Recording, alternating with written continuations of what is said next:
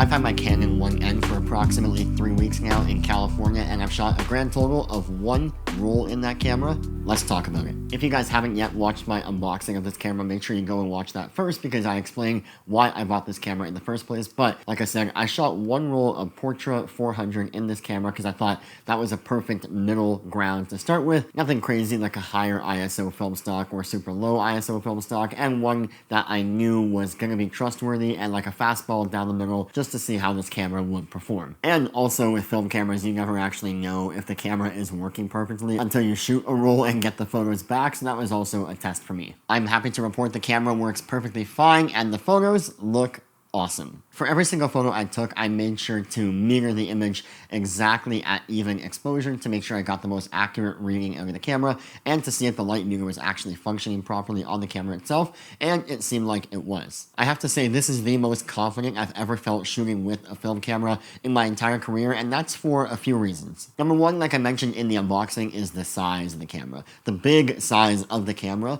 means that I'm able to really make sure to have a sturdy grip on the camera when finding my composition and ultimately taking my photo. All the tech on the camera also works perfectly, which makes my life a lot easier as a film photographer. I'm able to rely on that meter in the camera. I'm able to very quickly switch between ISO values if I change my film stock, shutter speed, aperture, etc. very quickly and easily. And the autofocus is also really fast. It only has 5 autofocus points, which can be a bit limiting at times coming from my Sony a7 IV digital camera that has like a million autofocus points. But once you get used to that and you start to compose your images more intentionally, knowing that there's only those 5 focus points, it's not really that big of a deal. So far, I'm pretty happy with how the images turned out on this camera. The contrast is great, the colors are great. Again, this film stock Portra 400 is kind of like a fastball down the middle film stock, so it was a great way to tell how the camera would actually perform. It's also like a super satisfying camera, like you know for sure that you are going to be ready and able to take the shot and that you do take the shot.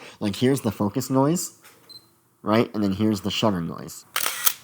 So satisfying. But overall, very happy with the images. The only thing I will say, and I did think this before actually shooting with the camera, is that the only lens I have on it, the one that I got with the camera, is just a nifty 50, basically the cheapest lens you can get for a Canon EF mount camera. And it is good, like it's obviously a fine lens, but it's not an L series lens. It's not a top tier piece of glass.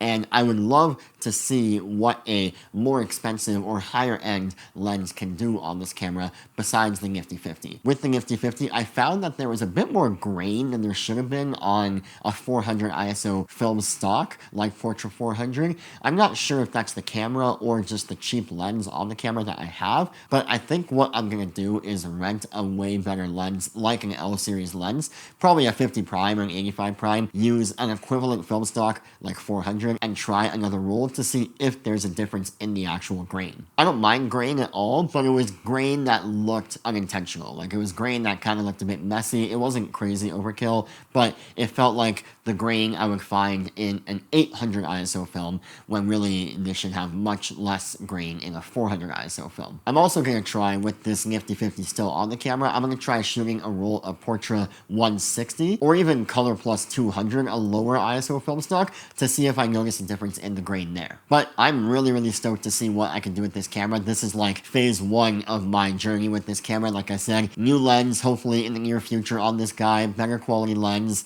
and really figuring out how to dial in my settings to maximize its potential. Actually, one note on the metering, I found that even at perfect exposure, it was overexposing by probably about a half stop in the highlights especially, so I would probably underexpose by maybe half a stop my next film roll round, just to see what that does. I prefer a bit of an underexposed image, not like a dark and moody kind of image, but one that definitely has all the highlight retention in the image and nothing is blown out. That could also be how I'm actually metering the images, but to the best of my knowledge, I'm metering it on matrix metering, which should take an overall reading of the entire image. But I'm going to try again. Again, this is just like my first try at this and see what we can do with it. I'm excited to try out different film stocks and different settings and environments with this camera, but until next time, I'll catch you guys in the next one. Peace.